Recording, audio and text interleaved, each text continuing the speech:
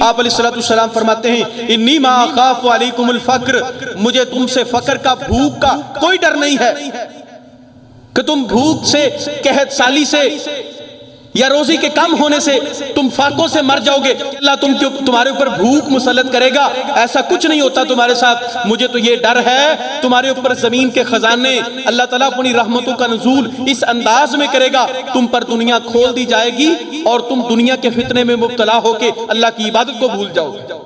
آج ہم رونا روتے ہیں، مہنگائی ہے ہماری، کل ملا کے ہماری بحث، دو ریڑی لگانے والے لوگ، دو ٹھیلا لگانے والے لوگ،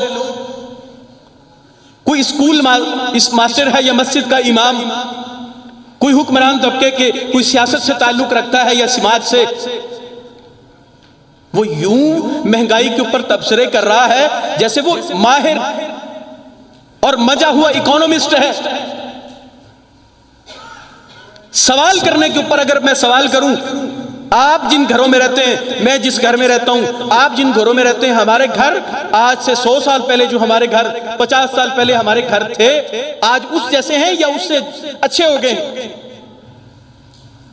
ہمارے گھروں کے انداز بدل گئے، بلڈنگیں بدل گئیں۔ جن حالات میں، جس تنخواہ کے اوپر،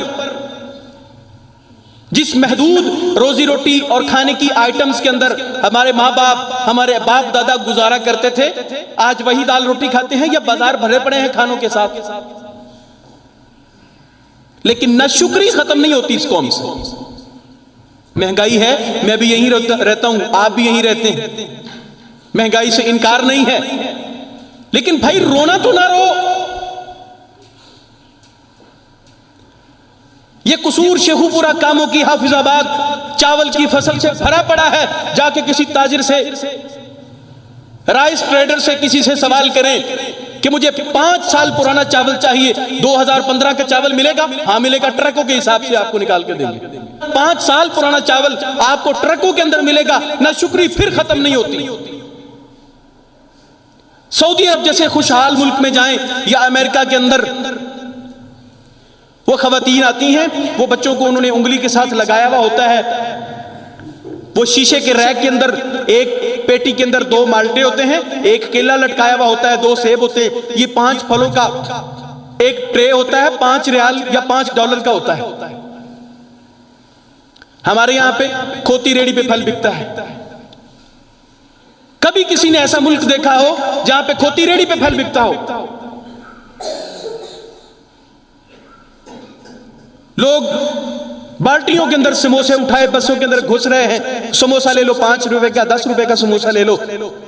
دنیا دیکھتی ہے، دنیا کو یہ مالٹے اور پھل، یہ کیلے میسر نہیں۔ وہ دور سے دکھاتی ہے اپنے بچے کو، بیٹا یہ اورنج ہے، یہ پاکستانی پھل ہے، اس کو پاکستان کا پھل کہتے ہیں، خرید نہیں سکتے۔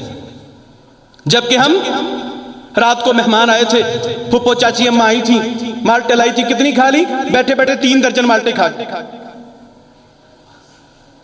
ابھی بھی نہ شکری، پھر بھی بھوک کا رونا، افلاس کا رونا۔ گھر میں روٹی پکنی، وہ ہمارے باپ دادا، وہ ہمارے والدین جو تھاپیاں پاتیاں جلا کے اپنے وقت کو گزارا کرتے تھے، آج ان گھروں کے اندر خواتین ان پاتیوں کو ہاتھ لگانا گناہ سمجھتی۔ ایل پی جی کی ڈیمانڈ جو ہے، وہ گیسز کی ڈیمانڈ آپ دیکھ لیں، وہ سی این جی ہو یا دوسری گھریلو استعمال کی گیس۔ اللہ ہم سب کو شکر کرنے کی توفیق عطا فرمائے۔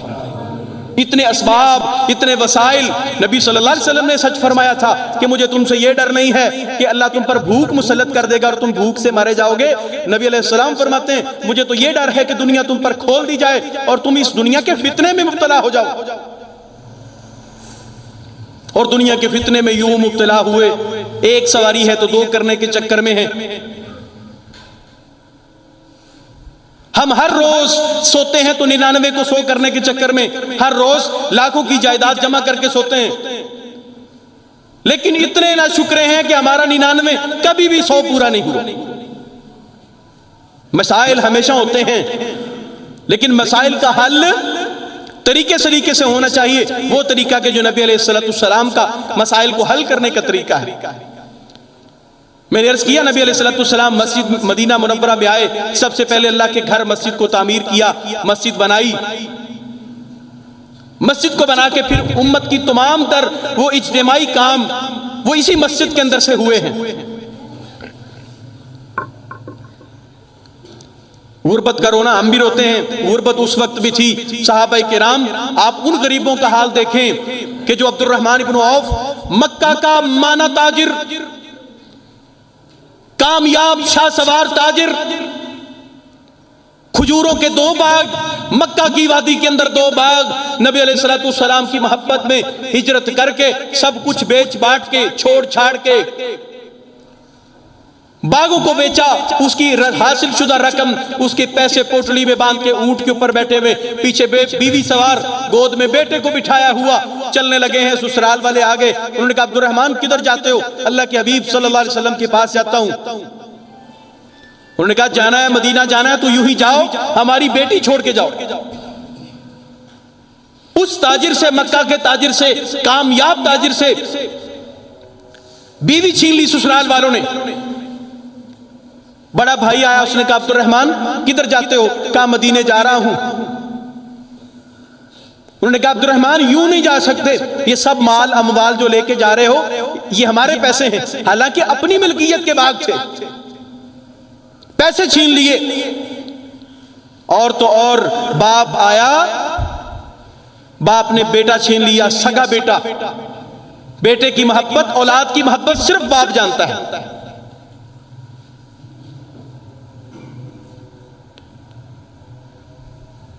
باپ آیا، اس نے کہا عبد الرحمن اس بیٹے کو تم ساتھ نہیں لے جا سکتے، یہ بیٹا میرا بیٹا ہے۔ بیوی چھن گئی، بیٹا چھن گیا، مال اموال چھن گیا۔ دوسرے سب بھائی مل کے آئے، انہوں نے سواری تک، اونٹ تک چھین لیا، سب کچھ چھین چھان کے مہنگے قسم کے سینڈل، برانڈڈ سینڈل، کوئی یمن سے منگوا کے مہنگے جوتے پہنے ہوئے تھے بھائیوں نے، وہ جوتے اتروا لیے۔ یوں سب کچھ چھوڑ چھاڑ کے مدینہ منورہ پہنچے۔ زور کی نماز کا وقت ہے، رحمت کائنات نے سلام پھیرا، پلٹ کر دیکھا سامنے عبد الرحمن کھڑے ہیں۔ وہ قسم پرسی کی اور حالات کے مارے ہوئے کی تصویر بنی۔ وہ مکہ کا تاجر عبد الرحمن سامنے کھڑا، عبد الرحمن کہو کب کیسے آئے؟ اللہ کے رسول ابھی آیا ہوں، سب کچھ گوا آیا ہوں۔ نبی پاک صلی اللہ علیہ وسلم فرماتے عبد الرحمن سب کچھ چھوڑ کے آئے ہو، قربان کر کے آئے ہو، کچھ نہیں گوایا، ہجرت کر کے دین بچا کے آگے ہو، اللہ سے جنت پا گیا۔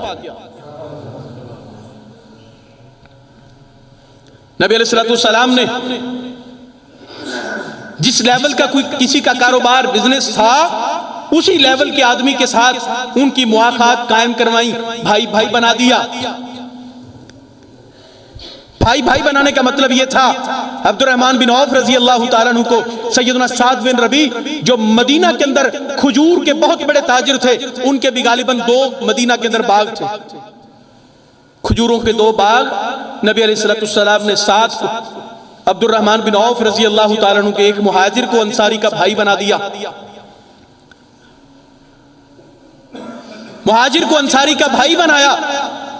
غربت کے مسئلے کو، مہنگائی کے مسئلے کو کنٹرول کرنے کے لیے، ان مسائل کے اوپر کلچ ڈالنے کے لیے نبی علیہ السلام نے پھر جس طریقے سے اس مسئلے کو حل کیا ہے وہ مسئلہ یہ ہے، نبی علیہ السلام نے مواخات قائم کر کے ایک دوسرے کا بھائی بنا دیا ہے۔